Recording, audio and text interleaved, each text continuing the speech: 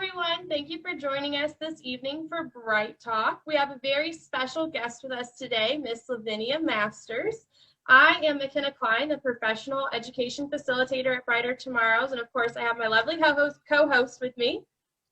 Hi, I'm Hope Harris, and I'm the intervention prevention coordinator. Man, I just always want to rename myself when we get to Bright Talk. I give myself a way different title, but I'm very excited to have Miss Lavinia Masters with us. Lavinia, would you just kind of give folks a taste of your ministry and kind of what you do day in and day out? Well, like you said, I am Lavinia Masters. Hello, everybody. Thank you for having me here on Bright Talk to share with your audience. Brighter Tomorrows, McKenna and Miss Hope. I'm always excited to come and share my story and my ministry and how I got to this point in my life. But my ministry itself is Hope Saves. Hope is, of course, we're giving people hope, but it's a kind of play on words because my mom's middle name was Hope. And so she passed in 2014, and she was also a survivor of domestic violence and a couple of heinous rapes. And so she was my inspiration when I look over her life and how she raised me after being a victim of childhood sexual abuse and a heinous rape, and how she just kept it together. And I had no idea that she had endured so much until I got older and I began working in my ministry, and I realized something was a little bit off about my mom. So she shared her story with me, and that's how we got Hope S.A.V.E.S. And SAVES is sexual assault victims empowered to speak. And I say that because my purpose after being a victim of sexual violence and childhood abuse and being silent for so long, once I realized my power and my voice and the courage that it gives me and how it continues to empowers me, my goal and my purpose is to empower other survivors of sexual trauma. And hopefully they realize the power they have in their voices and speaking out and telling their truths and being able to not only help themselves, but help others. And so that's how we got to my ministry day in and day out. Oh my God, Hope, you put me on the spot. I do so much that I didn't even realize I did so much. And I honestly thought that COVID was going to slow me down, but I've learned the beautiful thing about this internet and Zoom and Microsoft Teams and Duo and Skype and all these great things that I'm scared of, but I have no choice but to use it now. So I'm on the Governor's Sexual Assault Task Force team, and it's broken up in several divisions, and I'm basically on every division because they saw the necessity of putting a voice, a survivor actually on that team, to tell them, hey, this is what we're doing wrong, or this is what we need to do to improve, which I thought was genius. Because why form a task force to end sexual violence in the state of Texas, but you don't have the insight of a survivor or somebody that's been there, that walked in those shoes before. So I thought that was a genius idea to do that. And then TASA formed a sexual assault advisory board, the first of its kind. And I'm also on the board for that venue and so many other things, Hope. I just can't honestly recall them all, but I still do my different events with colleges speaking every day, and just different avenues that I stay busy, but I love it because I'm getting the opportunity to continue to empower and encourage survivors and those who have. My favorite part of this is when I encounter those who never spoke, who never said a word about what happened to them. And once they encounter me, and not trying to boost myself up, but it's just the whole idea of knowing the power of your voice and how you can encourage others. And this is what I want, because I didn't have that as a young girl after my rape, somebody to speak about sexual assault and say, it could be okay after this pain. It's okay to feel the way you feel right now. That trauma, it's a different lifestyle that you may seem like you're going through. Your abnormality, your normal may seem abnormal and vice versa. So to be able to see those speak for the first time after seeing me speak or seeing others speak, you know, seeing your courage, that's a beautiful thing to me. That's a beautiful, and I get excited. I get goosebumps. I'm like, oh my God, oh my God, oh my God, we're making a difference. And that's what it's all about. And as you will see, folks, Lavinia is one of my most favorite people to engage in conversation with. Thank you. And I met her about 1.5 years ago, Yes. and I heard her at a women's conference on domestic violence. Yes. And I was like, man, I want to connect to that lady. And I have been blessed in the last 1.5 years or so to have that connection with you. And I think you all will be encouraged. One of the things I want to say to you, Lavinia, is that your story matters, and it makes a difference in other people's lives. Thank you. And it is an honor to have you today on Bright Talk. I've actually been looking forward to this for a couple of weeks when we decided let's have Lavinia on in January. And so you're one of my favorite people to hear and engage in conversation with. Thank you. And we just want to, I'm going to go ahead because we're kind of like on our own little flow here right now. Yes. And before we get started, if something in our session today kind of, pricks or raises a flag and says, hey, I really can relate to what's being said here, and I think I might need some help, whether it's professional counseling for sexual assault or domestic violence, you can call our hotline at 972-262-8383, and they are there 24/7 and available for you, and they will get you to the right place with the next steps, whether it's need of shelter, a safe haven to escape from domestic violence or sexual assault incident, or you need counseling. Please call that number at 972-262-8383. And of course, you can always drop a comment in the box below if you're listening on Facebook or on our Instagram page, and we will respond back to those. We try to track those quite frequently. And we want you to know that we're here, and we hope to bring more guests like Lavinia onto our show so that different people are touched by different stories. And that's the whole thing, is your story matters. And once you've come to the other side where you've struggled through the journey towards healing and you are healed, it's an opportunity to walk beside those that have never spoken. I love that you said that, Lavinia, because I think that's really a cool thing. And it's one of the things I in particular have had the opportunity almost every time, whether it's in a school or a college or in a Head Start program with parents, I generally have had people disclose to me about the abuse that they've encountered or sexual assault. And it's like, I always take the time to make sure that, hey, what do you need next? What's your next step? What, how can I give you the resources that you need?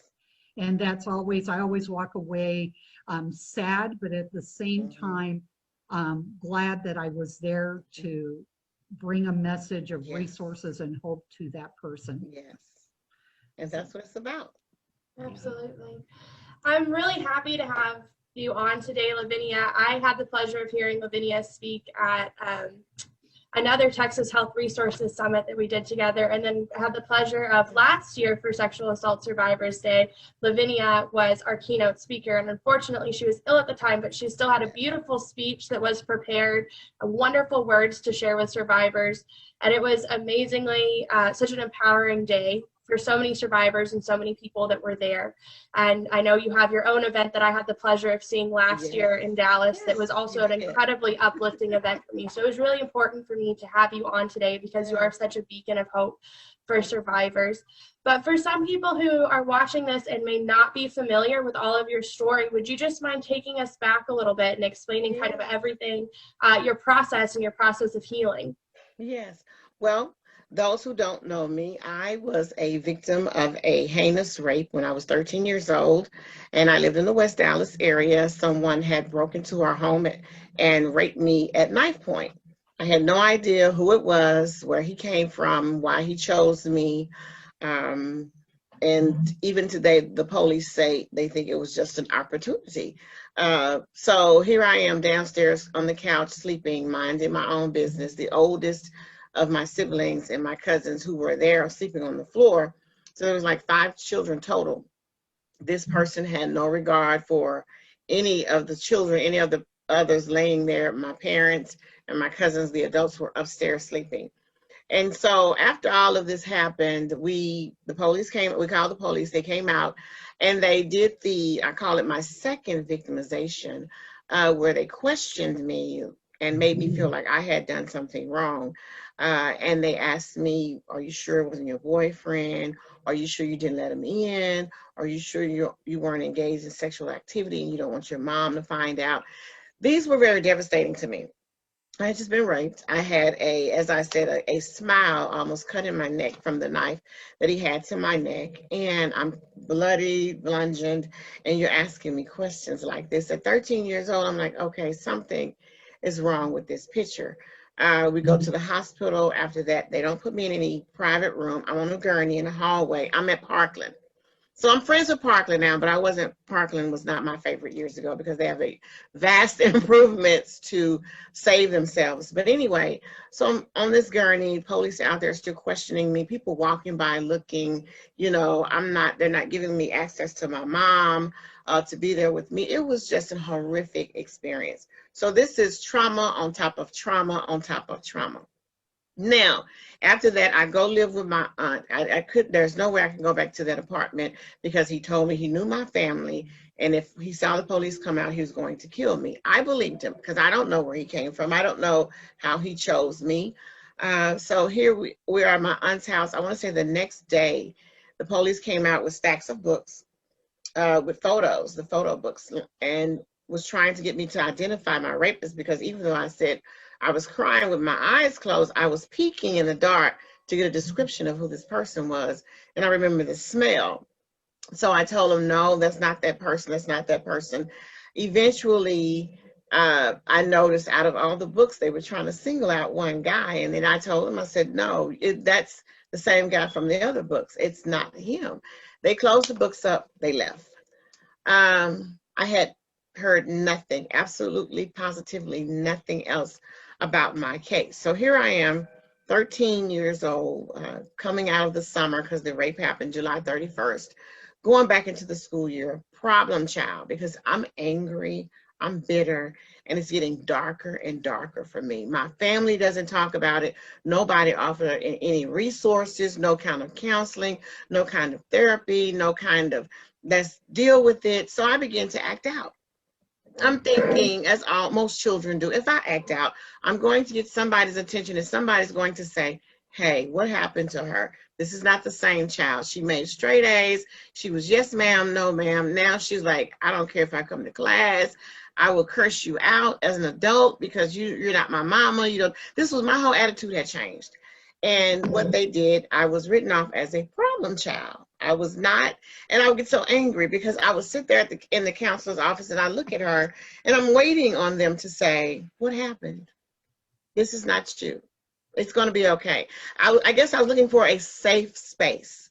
And that's why that's so important to me when I deal with people. I want them to feel safe with me because I didn't feel safe with anybody, with the police that night, with the hospital, and anything after that, because I couldn't trust you enough to make sure you want to take care of me. And so here I am after this didn't work out. I'm like, okay, this is life. I guess this is how we deal with it. I guess this is why they say Black women are strong, because we go through rapes and we go through abuse and we live like everything is okay. And we're really not okay. We're really damaged. We're really hurting. We're really crying out. And I didn't want to live this way anymore. I just refused to put on this facade. I wore a mask for years and I was sick of it. I wanted to be me. I wanted to be free. And I felt that I was in bondage. I knew that I was in bondage. So I began my healing path, and my healing path with my journey was my faith. That was something I was trained as a little girl, my faith in God. And so I said, well, nobody's going to help me. Okay, God, so can you help me with this? And that's honestly how I felt, because I always thought of healing as a physical thing, like a broken leg or a disability, but I never saw it as a mental thing, an emotional thing, a spiritual thing. I never thought those type of things could be healed or need a healing, but I knew something needed to be healed, and it was not a physical thing. So I started my journey. I had got married. I had a rough marriage in the beginning because I was a rough woman. I was a damaged woman. I was a bruised woman. I was like broken glass, and I was cutting. But I realized, okay, even in this, I have to fix this. This can't be healthy. This can't be the way it's supposed to be, because I'm still always sad. I'm always miserable. I'm still not trusting. I still don't feel safe. So as I begin my journey of healing, I began to meet one-on-one with God, talking, crying, screaming, reading, praying, meditating, taking care of myself. I began to journal and write. Nobody told me, but it was just an expression. I felt I had to get my feelings out. And as I began to do that, I found myself getting better and better and better and stronger with it, and like detaching myself from that person or that entity that was so damaged. And I was feeling good about it, because as I'm elevating, I'm looking down at that person. I'm like, wow, you were a mess, but you're getting better and you're getting stronger. And so I began to talk about it. And I remember my mom had an event at a church, and she wanted me to speak. And I'll never forget, the event was called "In Everything Give Thanks." And I was like, okay, I can do this. I love to talk. I have no issues with talking. I'm raised up in church. But as I began to write my speech, my speech as I was writing, it kept going to put that in there about the sexual assault. And I'm like, that's not the place to do that, to talk about that at a woman's prayer breakfast. You know, they want to be encouraged. But it's like I got a writer's block, and I say the Lord wouldn't allow me to go any further unless I talked about it. So finally, I told my mom, it's so funny, and I'm come back, but I told my mom, I said, Mom, I'm not going to speak. I'm going to sell poem, because I wrote poetry. She said, no, you're going to speak. And then so I tried to write again. I couldn't write because I was not going to talk about that as sexual assault publicly. I said, Mom, I'm going to sing a solo. I'm not going to speak. She said, no, you're going to speak. And I was like, you know what? I'm just going to wait till the last day, and I'm going to let her know I can't come. And so I couldn't do that. I couldn't stick her out. I'm not the type of person, unless I'm sick or something. I couldn't do that. So I said, okay, I surrender. If you want me to talk about this, Lord, I'm going to talk about it. So that's what I did. When I began to write and I made that decision, it flowed. So that day came for me to speak. And of course, Mom has me as the first speaker.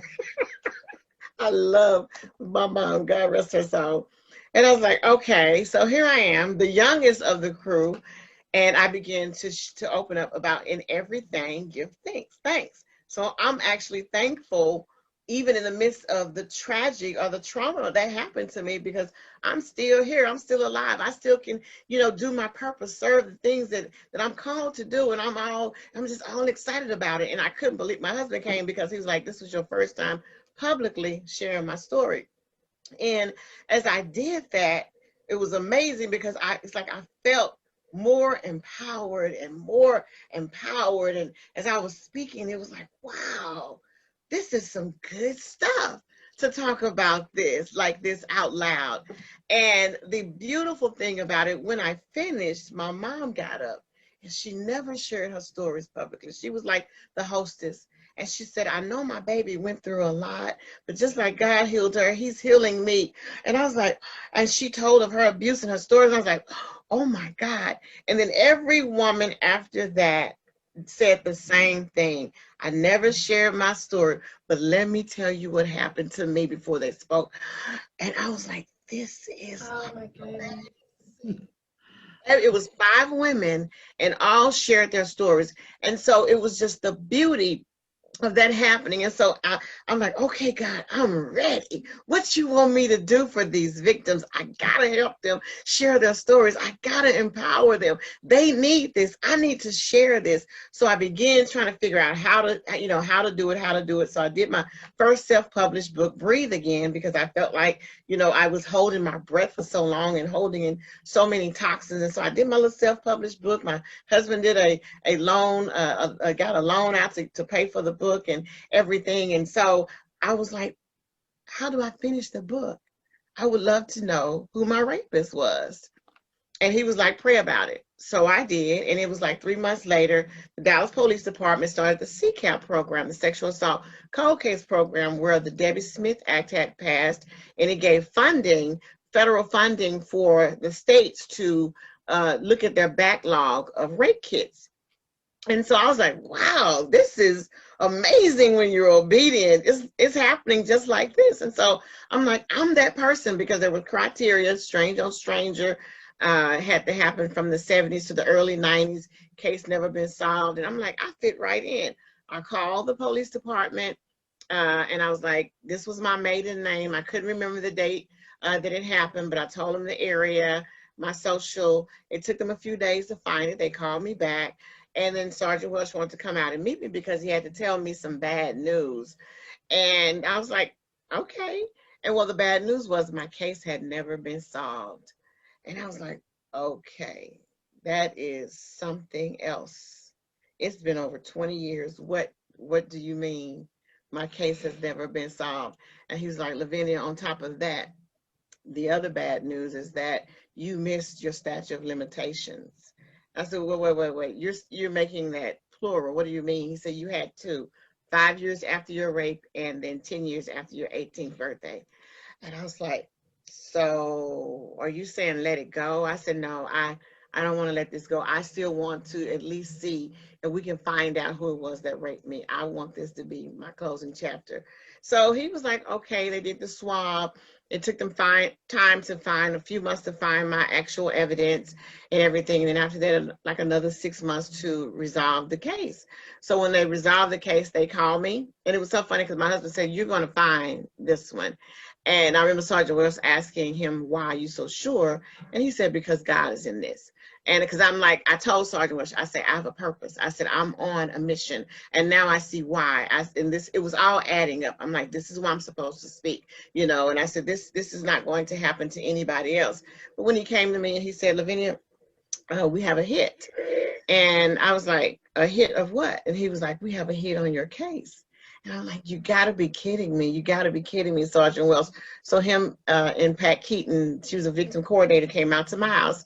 My husband took off work and shared with me, and they gave me the news about my attacker. And although I couldn't prosecute and everything, but before that, everybody was all excited that I was excited. And I ended up being a liaison for the police department and being, you know, all on the news and CNN, because they were like, oh my God, we have a victim that's not afraid to talk and are not afraid to share. And I love that. I'm like, I've never been on TV. I've never done that. And I think I'll be okay because I like to talk. But I like the idea of me being able to reach those out there that were afraid to talk and afraid to speak up. And they see, I want you guys to see the face of courage and how it works and how it empowers you. And that's my entire purpose. So once they found out all of this with my kid, and I was like, okay, this will never happen again. Nobody, evidence will sit on a shelf for over 20 years for no length of time for that purpose. And so I began to fight. I began to speak. I began to go to legislators' doors. I wrote letters. I even wrote a letter to the president at the time, and Chief Conkle, and I was just writing and going.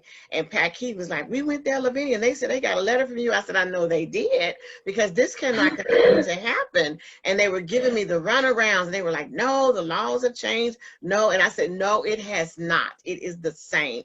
We cannot do this. Victims are sitting, they're sitting on shelves. That's not a trinket. Those are not kits. They're not decorations. These are people's lives sitting on shelves. Mine sit there for over 20-something years. There's nothing I can do now for me, but I'll be dang on if I don't do something for somebody else. It's not fair. Everybody deserves a chance at justice. And I knew that was my purpose and that was my calling. And I started fighting in 2005, and I didn't stop fighting. And different senators like Cornyn and Wendy Davis and attorney generals in different states wanted me to be a voice for them to try to help with their laws and getting things changed. And I would just go and I would speak. And I've been to South Africa with the DNA for South Africa. And I'm like, I'm there. I'm there. Just let me encourage somebody. And then finally, Wendy Davis lost her bid, I think, to Greg Abbott as governor. And she, Victoria Niave, shook me up with her because Victoria Niave wanted to jump on this as well. And she said, you have to meet Lavinia. I met Victoria. She formed a task force. We started putting a team together and different minds, because I was telling her of all the things that failed I even worked with Mariska Hargitay. I think that's how you say her name. Don't put that on the air because I think she was upset. I didn't know who she was. But she, with the LVU unit or something, she plays a detective that deals with all of that. And I was with her in Congress, sitting next to her in Congress, and her organization, Joyful Heart Foundation, giving them ideas. What can we do to make this better? How we can make a change? And it was just, and I didn't give up because I said, eventually, I know this is going to go somewhere. Somebody is going to hear me. I am going to be that squeaky wheel that you're going to give me oil or you're going to replace me. And so eventually, when it all happened in 2019, we went to Austin. We did more testimonies. I should have a stone in Austin somewhere. Many times I've been there speaking, and then I'm like, I've been to Austin so many times. Oh my God. And so finally it was like when we drafted up the law, and I don't know all the specifics of laws and stuff like that. I'm just, and so Victoria called me because I had to come back because I had speaking engagements near home. And so I'm like, if I don't have to do any more testimonies, I'm good.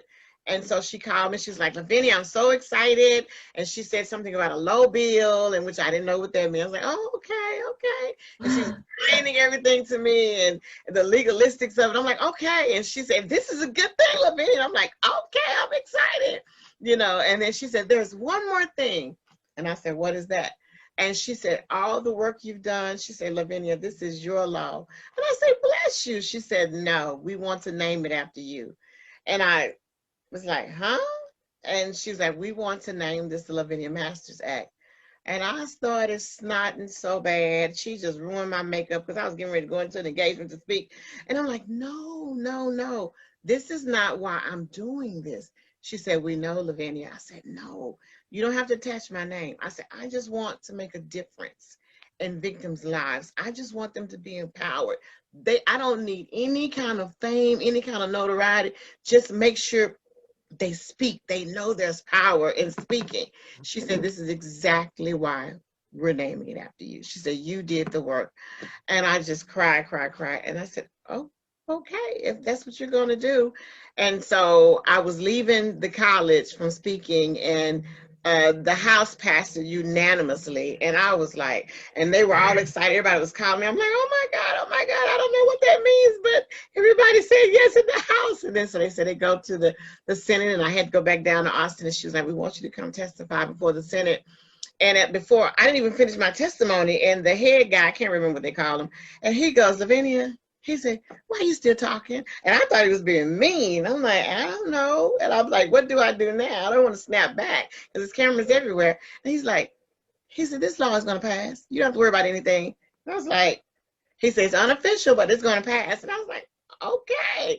And so I went out on Facebook Live. I said, they said it's going to pass, but it hadn't passed yet. And then it was like the next week, it was like, it's law. It did it. It was unanimous again. And I just cried as I watched Victoria and the Ave speak on my behalf and share my story and the injustices that I had been served as a victim, and how I felt that nobody cared about me, and that I had, and everybody forgot about me and felt alone and neglected as a victim because my case was not solved. And I told her, I said, you gave me my day in court.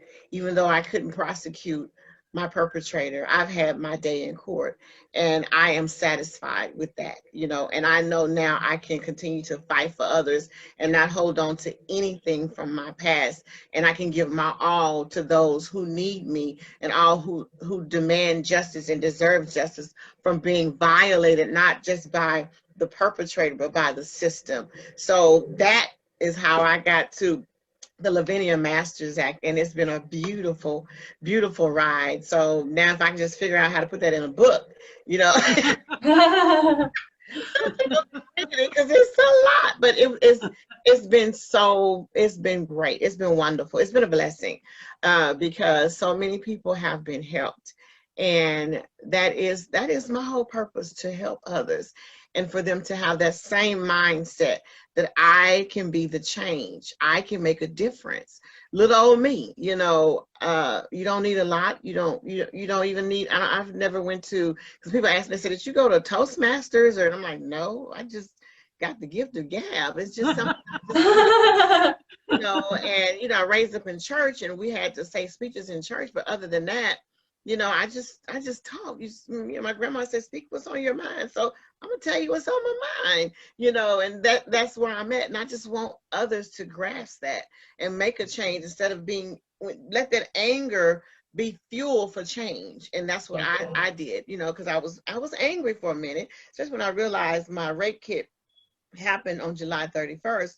And on August 2nd, they suspended, is the word they use. Basically, they closed my case, like not even 2-3 days later. So I'm sitting here as a child, I'm growing up thinking the police are searching high and low for my perpetrator, only to find out he's a serial rapist that they caught 8 months later doing the same thing, and then went to prison 10 years, got out of prison, and then did the exact same thing, MO, like he did me. But it was an elderly woman's house that he broke into and raped at knife point. And then he was back, and he's in prison today. And the amazing thing was he was about to come out on parole when my case broke and hit the news.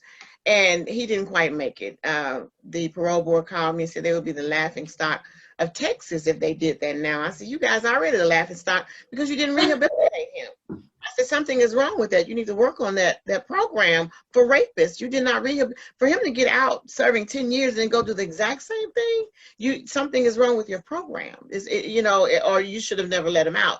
So and then he wasn't even a registered sex offender.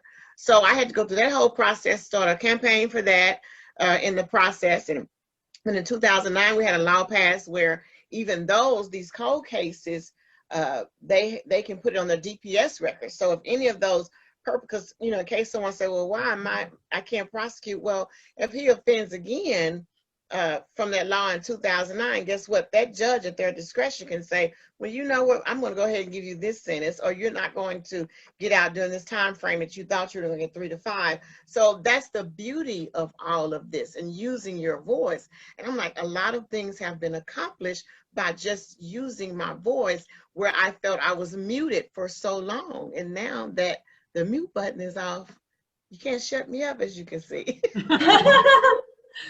Every time I've heard your story before, and I've heard you explain it in different ways, but every time I hear you speak, it just always gives me goosebumps. It's just amazing to hear your journey and what you've been through.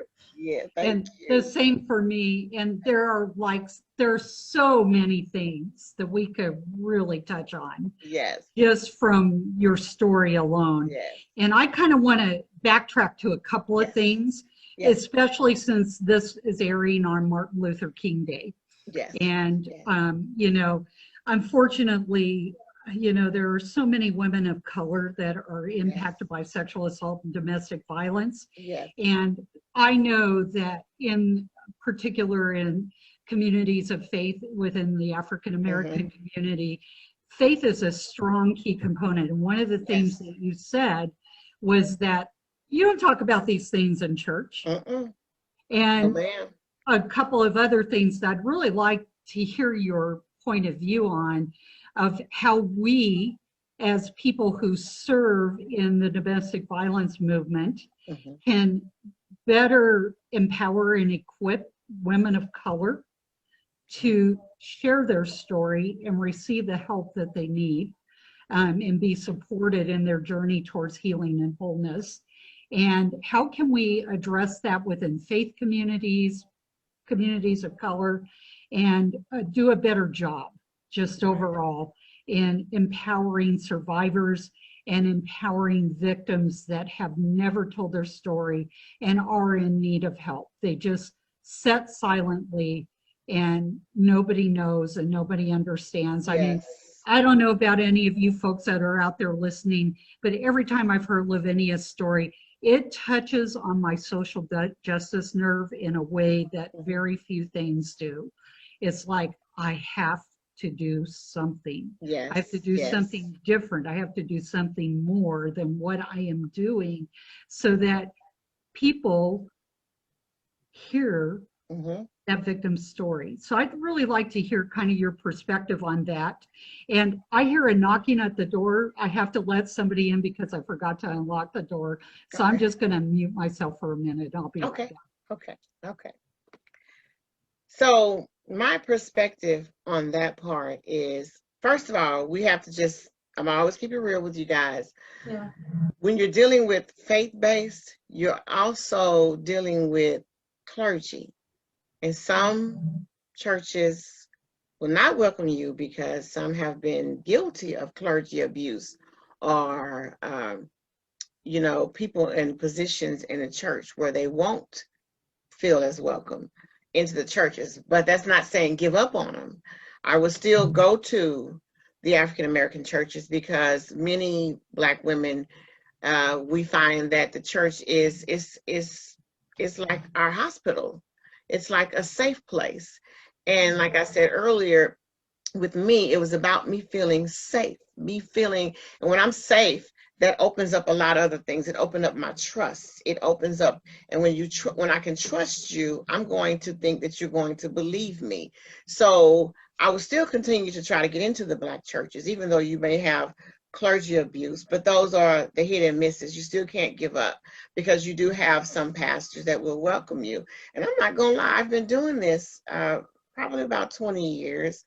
And churches, Black churches are still hard for me to get into. And I know a lot of things happen in those communities. And I know sometimes it's not the clergy, sometimes it's because people are still being victimized while they go to church. Their perpetrators are there with them. Or their family members are there and they haven't told their family what's happening. So you have a lot of things that you deal with. And that's one reason why I'm the way I am. I don't know if you guys, Rain, because I'm also speaking for Rain. And Rain was like, Lavinia, we want to put you on TikTok. And I'm like, what's a TikTok? So once they showed me TikTok, I'm like, hey, everybody's on TikTok. So I created me a TikTok page. And because what I had to do, I told the task force, I don't live in a box. I haven't lived in a box in years. I burn my box up. So I'm way outside the box. I do things very different. I feel that I have been blessed with a creative mind. Sometimes it may seem far-fetched how I think, but I'm gonna do whatever it takes to get the message out or to reach victims, because they are out there listening, and we have to literally find them. So no, don't ever not give up on the churches. I'll continue to communicate with the churches, sending them information, ask them about programs that you can put on for them. You know, and that's how I would do it. I'm like, it's free for me to come. And a lot of time I bring my own entourage with me. These are the topics we want to talk about. Some pastors will welcome that, you know, do things, especially for the young people. They love for you to deal with their young girls, young boys. I had one pastor, he was like, look, you know, it's a lot of this going on. These parents are coming to me saying this, saying that. And you know, I had a presentation that I still do now called I Choose Respect. And it was just, I got so much feedback. That program went on for hours, and I'm like, I need some water. I'm tired, because I told them, I said, you know, for the young folks, I know your mama's here, I know grandma here, and I know a lot of stuff I wouldn't talk about in front of them. So I had them to pass around the hat, put your questions in here, ask me these questions, and I'm going to answer them openly. And don't worry about your mom and your dad, your uncle, your grandma, because I got mine. I can debate them one-on-one while we're standing here. You just sit back and relax, and I'm going to tell you the right thing. And that went beautiful. They loved that because they were communicating. And then before you know, we had some kids like, wait a minute, mama. You know, so I'm like, don't tell on yourself. But you have to find ways to reach them. And then another thing that you know, the schools, we have to get in these schools. We have to find ways to get access to these children. One of the suggestions I had was, even if we go through, because a lot of Black communities, and I'm not trying to sound stereotypical, but are low income, and a lot of them depend on government funding or housing or things of that nature. I mean, even if we have to do things where it's mandated, where they have to get some sort of training to keep getting their SNAP benefits or their monetary benefits or their housing, where these women, I mean, even about domestic violence and sexual violence, because those children, we have to reach those children that don't know that it's not okay for my daddy or my brother or my mom to be touching me this way, or my cousin. We have to reach them some sort of way. And until we exhaust all those means, another thing I told them I would love to see, we got these apps.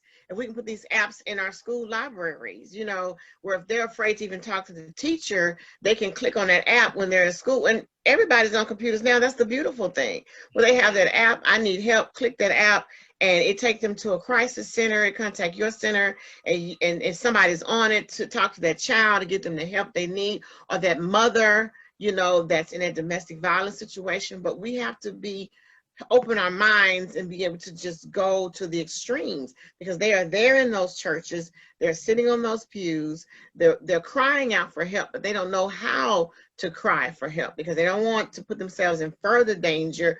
You know, if they're in an abusive situation with their spouse or boyfriend, and, you know, why did you say this? I mean, if we got to put flyers in the bathroom stalls, call this number, emergency phone somewhere. I mean, we just have to be able to reach them. And like I said, there are so many ways we can think outside the box, you know, but until you've been in that position, and that's how I see myself. If I could have, and I think about if I could have did this, if I could have reached out this way, if I could have called and told this person, because you got to also remember some Black families still have that mentality. What happens in this house stays right here in this house. But it's like, I got to tell somebody, but I got to be safe with you. I got to be able to trust you to tell you that. And that's what we have to focus on. So if we can get those churches and those pastors and those leaders that allow us to go in and do those programs, jump on them, you know, if we got to feed them, give them ice cream and make it like a carnival, you know, and I love doing stuff like that. And sometimes you trick the kids and then they get in there like, oh, wow, she's talking about sexual abuse. My uncle did that to me. And they'll come up to me, and I've had some parents be upset because those kids will come and they'll grab me and they'll hug me and they'll tell me what happened. And then the grandma's like, you don't talk to her, you don't know her, you know, and I'm like, oh, too bad. I'm going to intervene now. It's too late. But we have to stay on track with them because it's happening right now as we speak. It's happening. And those children, those women, especially those African-American women, a lot of them, they're in so much fear. They are in terror relationships right now, but they don't know how to get help. They don't know the next step. And we know because we work in it, but it's like, even if I didn't know, it's not like I see a billboard all over the highway somewhere, or if you'll see flyers for everything and advertisements for everything, but I don't see.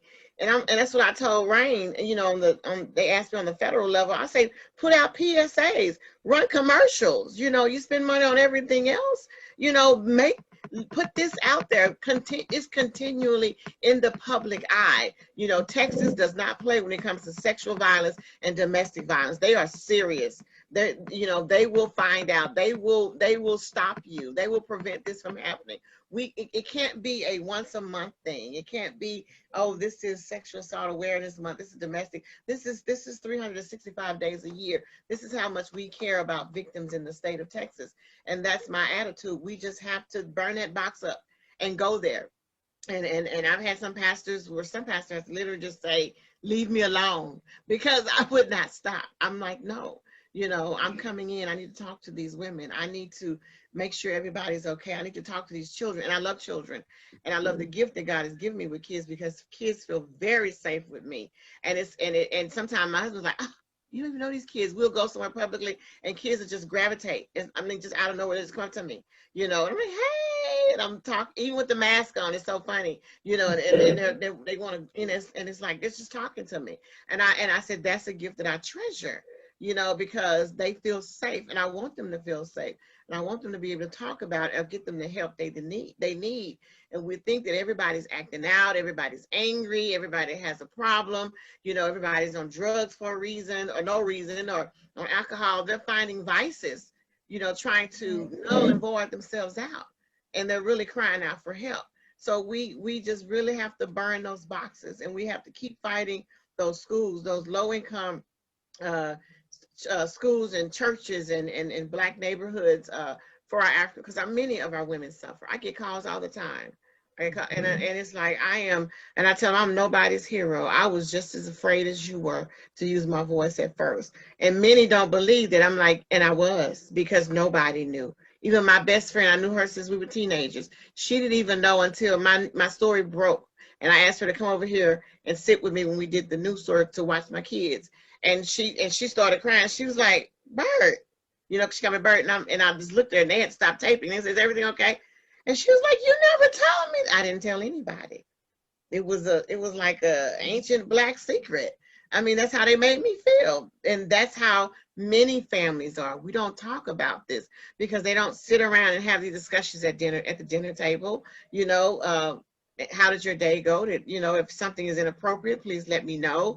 You know, if somebody touches you the wrong way, these are things that we have to, if this is our calling, I feel that we have to fill in for the families that's lacking, because a lot of times you realize that that mother or that father probably suffered abuse, if not the abusers themselves, and they don't know how to handle it. Because that was my mom's case. She had been abused sexually and physically. So now here I am with my issues, and it's like she's afraid of me because it's like demons are really coming after her now.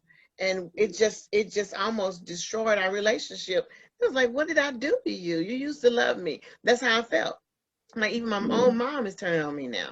But that's not the case. It's that these issues are unresolved. They're not dealt with. And a lot of it is because we don't talk about it. We don't make the noise we should make. And that is something that we should push for, is making that noise and letting people know it's okay to talk about these things. It's okay to go to therapy. It's okay to ask for help. There are resources out there. There are people that want to help you. There are facilities that will answer a call for you 24/7. But you will be amazed that still, all the work we do, there are millions of people that still don't know that we're out here doing this work. Yeah. Thank you, Lavinia. We are kind of wrapping up here because we have a challenge with some technical difficulties and we don't want to lose this. So go ahead and wrap up with that final question, McKenna. So Lavinia, and I know you've spoken to this a little bit already, but we always ask our guests if there's one person that has influenced you to do the work that you do. And I know that you've mentioned your mother, and if you'd like to share more about that, you're welcome to. And if there's anyone else that you'd like to add, we'd love to hear that as well. Yeah, my mom would be my main girl to influence me to do this. Because when she finally shared her story on a personal level after that event, I'm trying not to get emotional. When she finally shared her story, because she had to tell me more. I knew about one rape and I knew about domestic violence, but I didn't know the details of it. The details of her being boarded in the house. And I don't remember, but we were, me and my big brother, they said I was a little girl boarded up in the house. We couldn't go anywhere. And I said, maybe that's why I'm claustrophobic, because I don't remember that. But her being left for dead in the street in a pool of blood, just the heinous gang rape, and then rape. I mean, when she finally just opened up to me. And my mom said to me when I started advocating, she said, I wish I had the courage that you have. And it blew me away when she said that, you know, because it's like, I always thought it was after my rape, it was like a lot of tension that was like building up between me and mom. And I had started to understand her. And then I told my mom, I said, you know what? I said, you do have the courage I have, because I am you and you are me. I am from you. I am a byproduct of you. You created this monster. And she started laughing. She said, girl, you forever crazy. I said, I know it. I said, but I am you. And when I speak, I'm speaking for you. You know, and that's how I feel that, and that's why because my ministry used to be called Save Ministry, and that's why I put the hope on there, Hope Saves, because I realized then the influence that she really did have in my life, even in her silence, and how that affected me, and realizing how silence is really, you're really suffering worse when you are silent. And you don't realize that, you know, but me seeing that with her and me doing the same thing and deciding to break that vicious cycle of not speaking about it was a beautiful thing. And I got all of that from her, and just watching her mannerism and trying to keep it together. And I'm saying, you know what, I'm gonna have it together for real, not for play, you know. And that was my whole mindset. So that would be the most influential person I would say would be my mom. And then next, my husband. We've been married for 30 years. And like I said, I met him broken, bruised, and damaged. And he has been my greatest supporter, my #1 fan, my you can do it, pray about it, calm down. No, I don't have no more money for you to spend on this program, but he has been my best friend. And I'm thankful for that because it shows me that in the midst of everything that happened, that I was covered. You know, when you think, and that's what I want people to see, you think everything is bad because you've been a victim of rape or this trauma, but you're still here and life is still going on. It seems like you're still working things out. You're still covered because you have a purpose. There's greater for you, but you got to see it. You got to look past all that negative because that's how life shows you. It shows you all the negative, and it seems like it's shining bright, but it's a false light is what it is. And if you just really look at all the positive things and you find the true light that's there for you, it's going to shut out all the darkness. And that's what I want people to see. You are still covered. You're still here. You still have greater. You still have purpose. And you have to be willing to open up and speak up, you know, and not be ashamed. You know, the shame is not on you. The shame is on that person that did those things to you. They're the monsters. They're the crooked ones that they can't go out. They're not going out and say, child, I raped somebody. I know I sound crass when I say that, but you know, they can't, you know, who does that? Nobody. They should be shamed for the things they do. So I want people to be able to open up and just see the true light that they are and the power they have within and take back everything that you thought you lost because it's still there and be empowered in the process. Absolutely. Woo, buckle up, Buttercup. Let's make that happen. I really hope you all have been just as encouraged and blessed and motivated. I'm coming away with a new fire in my heart right now. And Lavinia, you are an inspiration to the community of survivors. And we are blessed that we have a relationship with you. It is always a joy to hear you. I hope and pray that many who hear this will be touched, and if they need help, they'll reach out for that. Please do. And again, that number is 972-262-8383.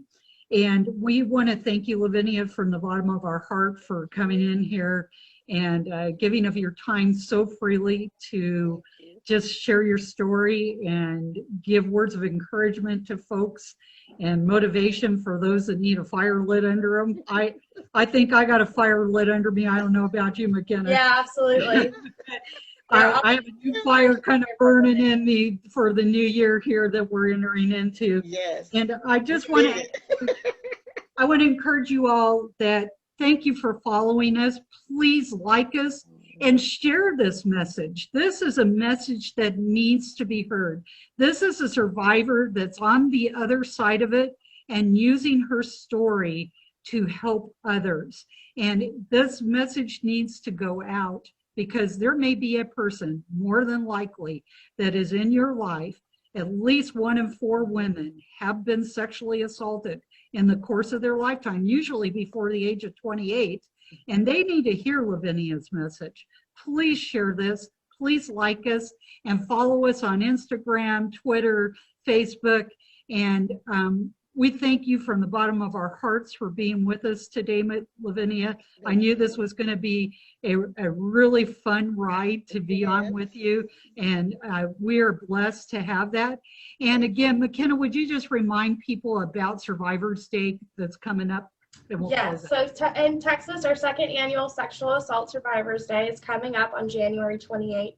We've got a lot of opportunities coming up on our social media and on our website if you'd like to get involved. If you've heard Lavinia speak and it's touched your heart and you feel the need to share your story and feel that empowerment that she has expressed that she felt when she spoke and so many others have felt after her, you're more than welcome to do that. We have many opportunities, whether you'd like to share it anonymously and get that story off your chest, or if you'd like to attach your name to it and share your story and your truth and your journey of healing and triumph. We would love to hear it. We would love to honor you and celebrate you. So keep an eye out that week. We will have many other stories coming out. We'll have another video coming out soon. to talk all about the survivors that we're honoring this year. So thank you so much for being with us, Lavinia. It's a wonderful time to have you. We always appreciate hearing from you. Thank you. Appreciate it. Bye-bye. Bye-bye. Happy New Year. Happy New Year. Happy New Year.